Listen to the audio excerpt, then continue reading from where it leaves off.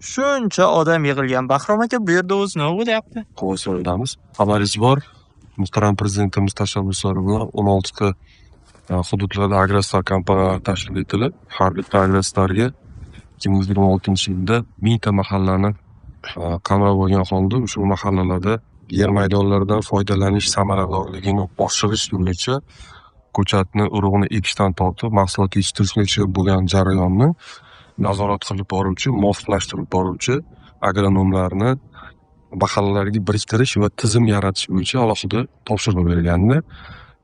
Mana shu topshiriq ijrosini ta'minlash maqsadida biz 1000 ta mahallaga 100 ta agronom loyihasi doirasida ularni tashkil etganmiz. Tanlab olgan agronomlarimizdan dastlabki bosqichda 50 nafarini bu dasturlarga start berdik. 3 kunlik dastur doirasida bular ham nazariy, ham amaliy bilimlarga ega bo'lishadi. Seminarlardan ko'zlangan maqsadimiz 2026-yilda agrostar kompaniyalar tomonidan qamrab olingan 1000 ta mahallada biz agronomlik kuzatuvini qo'yish orqali mahallalarga yagona yondashuv asosida bir xil tur va standartlardagi mahsulotlarni yetishtirish va kafolatlangan sotib olish tizimini joriy qilish bo'yicha provat maqsad qo'yganmiz.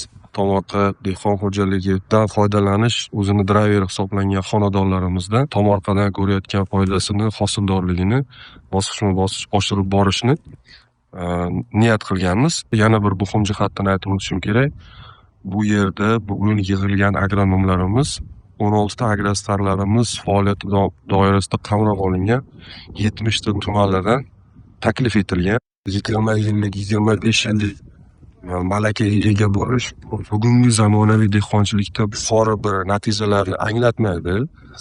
Sababi qishloq xo'jaligi ilg'or rivojlangan davlatdan olib qarasak agar dehqonchilikda tomorqada yangi texnologiyalarni, innovatsion g'oyalarni olib kirish orqali hosildorlikni 2-3 baravargacha oshirish holatlari butun dunyoni tajribasida bugun faol kirib kelyapti.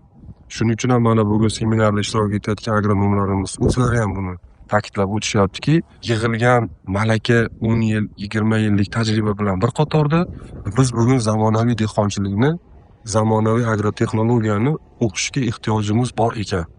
Dehqonchilikni tanlashda urug'ga adashsangiz 1 yilga adashasiz, agar ko'chatga adashsangiz 5 yilga adashasiz degan xalq orasida shunday bir naql yuradi. Bugungi zamonaviy dehqonchilikda esa shu bilan bir qatorda agar tuproq tahlili va to'g'ri agrotexnologiyaga adashsangiz, bu 5 yil emas, bu kelgusi 10 yillik, 15 yildagi noto'g'ri rejalashtirishga olib kelishi bu bugungi kunda o'zini isbotini topdi. Shuning uchun 20-25 yillik tajribaga ega bo'lgan dehqonlar ham, agronomlarimiz ham bugungi kunda zamonaviy texnologiyalarni doimiy ravishda bilib o'zlashtirib turishlari talab etilmoqda.